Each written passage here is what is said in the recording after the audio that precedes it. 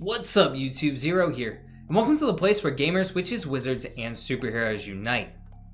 Today, we're going to be taking a look at the Arid Constrictor, which is a blueprint variant of the FFAR in Call of Duty Black Ops Cold War. So you can see the setup I'm using on the screen. I am using a couple of different perks than I normally use. I'm using Forward Intel, Tracker, and Spycraft, which is different from what I normally have on there. I'm not sure how much of an effect it had, but I'm just using something different. Let's get into the setup. We have a quick dot LED on the sight. Then for the muzzle, we have the muzzle brake 5.56, which is going to increase the vertical recoil control by 4%. Then we have the infiltrator grip, which is going to increase the movement speed, shooting move speed, and aim walking move speed, each by 5% in that under barrel category. In the handle category, we have the field tape, which is going to increase the flinch resistance by 90%. And in the stock, we have the tactical stock, which is going to increase the aim walking movement speed by 20%. You can see the camo on the screen, so now that we've talked about the setup on the Arid Constrictor for the FFAR, let's get into some gameplay and talk more about what I like and what I don't like. So before I talk about that, I do want to say that if you do enjoy this video, feel free to hit that thumbs up button and hit that subscribe button. It is absolutely free of charge, believe it or not. I know, all this great content, all free. All you got to do, click that thumbs up button and hit the sub button.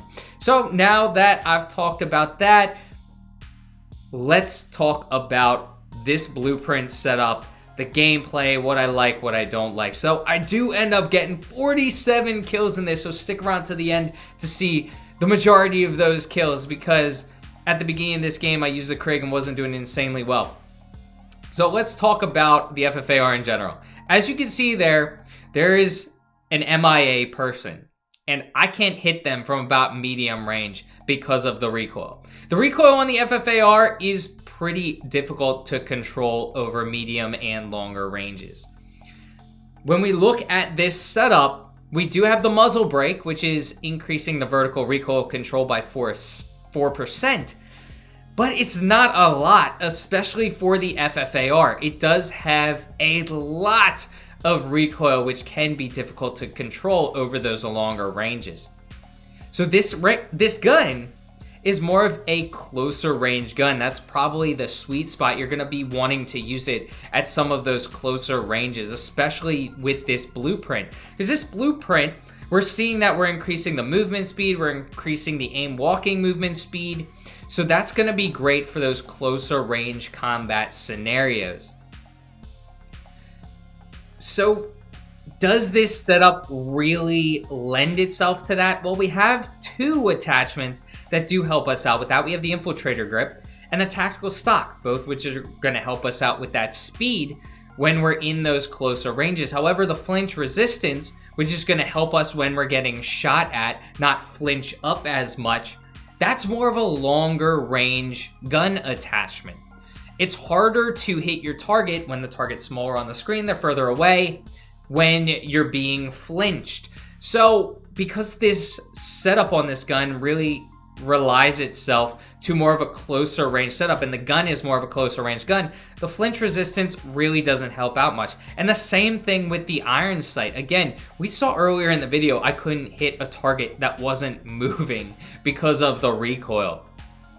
So the quick dot LED, the vertical recoil control, the field tape, they're not helping me out too much for longer range combat, because for the longer range combat, at least with the FFAR, I need recoil control. Other guns aren't like that. Other guns, I may need extra or increased bullet velocity, or I may need increased range.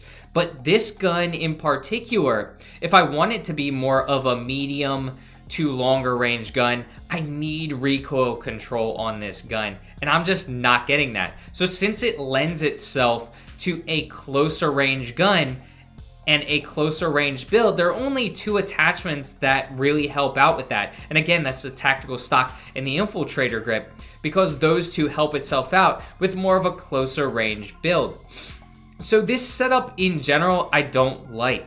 There are attachments on this gun that could be good with other attachments that may help me out with that recoil control, but I'm not getting that with this setup. and I don't know if I've iterated this enough, but the recoil is pretty hard to control on this gun. So now that that's said, I have to say that I'm not a fan of this blueprint setup. The FFAR can be good in certain scenarios, but I'm not sure that this setup is best for the gun. There are a lot of different setups for many different guns, and some of them are good in certain scenarios. For example, you could turn the AK into a long-range gun or a close-range gun or even a medium-range gun depending on your play style. The FFAR, this attachment setup, this particular blueprint doesn't turn the FFAR into anything.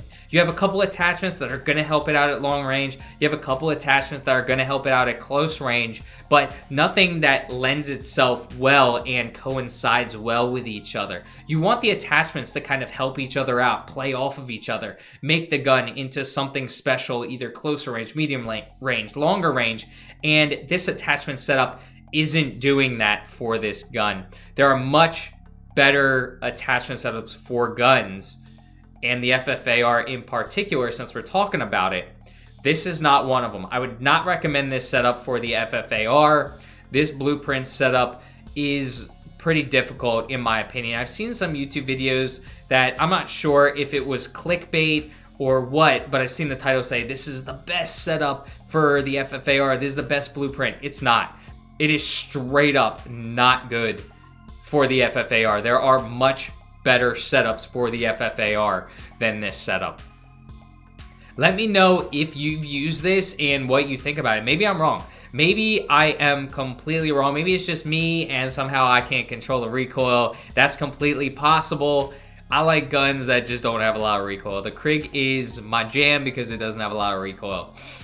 So now that we've talked about the setup and my recommendation of how I would not recommend this, maybe even to my worst enemy. Actually, if I'm facing my worst enemy, I would recommend this gun. If y'all are facing me in Call of Duty, use this setup because I want y'all to have that awful recoil. So now that we've talked about that, let's talk about the camo because that's one of the reasons why we use a blueprint. The camo's okay. I wouldn't say it's amazing. It is a camo. And it just reminds me of something that I can get leveling up, if you will. It is called a constrictor, which kind of reminds me of a snake.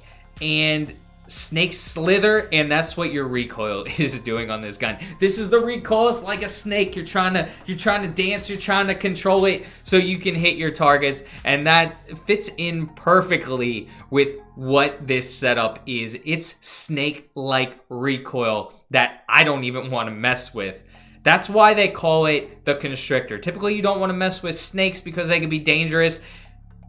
Messing with this blueprint is dangerous to you because you could die over and over again trying to control this recoil.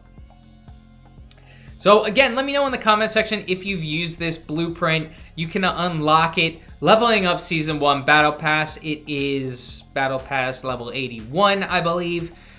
So level it up, get this blueprint. Is it great? Not really. So you don't really have much to grind for. You're grinding all the way to 81 and then you get this and you're like, wow, you couldn't give me something with, I don't know, better camo or a better blueprint. I got all the way to 81 and you can't give me a better blueprint. I think there are some better blueprints past this. Hopefully I'm going to be coming out with those in the future. So be on the lookout for that. Well, now we are about 2 minutes away, 2 minutes, 30 seconds away till the end of the video. Let me talk about some of what I'm about to come out with on my channel. You can see I have a Subliners hoodie and beanie on. I'm also a huge FaZe fan. I'm going to be coming out with opinion videos on CDL stuff. Whether it's predictions or bold predictions, I'm going to be coming out with some CDL videos. So if you are a fan of the Call of Duty League, be on the lookout for that. I'm coming out with more blueprint review videos, so be on the lookout for those. And I do other video games that aren't just Call of Duty. So if you aren't into Call of Duty, if it's not your thing, if you're watching this video, I don't know why you wouldn't be into Call of Duty. But if you do like other video games, let's say, you like not just playing Call of Duty, but you like Assassin's Creed, you like Cyberpunk, I do videos on those as well. In the future, there are future games coming out. Monster Hunter Rise for the Switch is coming out that I'm thinking about getting. So just be on the lookout for those. I'm thinking about getting Mass Effect. I'm really excited for that. I beat all 3 games the first time they came out, and I beat them multiple times. So I'm thinking about getting Mass Effect again, and I may even go back and stream some Horizon Zero Dawn. I know it's a pretty old game at this point, but Horizon Zero Dawn, I want to truly go through it and beat it before Forbidden West comes out. So I may stream that. So be on the lookout for my stream. Hit my Twitch up. The link is in the description if y'all want to see me stream. I do stream on Twitch. So we are coming down to the end of the video, but thank y'all for tuning in. Just a reminder, thumbs up. I got 2 thumbs up right here. All you got to do is hit that one, hit the subscribe button, and have a great day, y'all. Until next time, peace.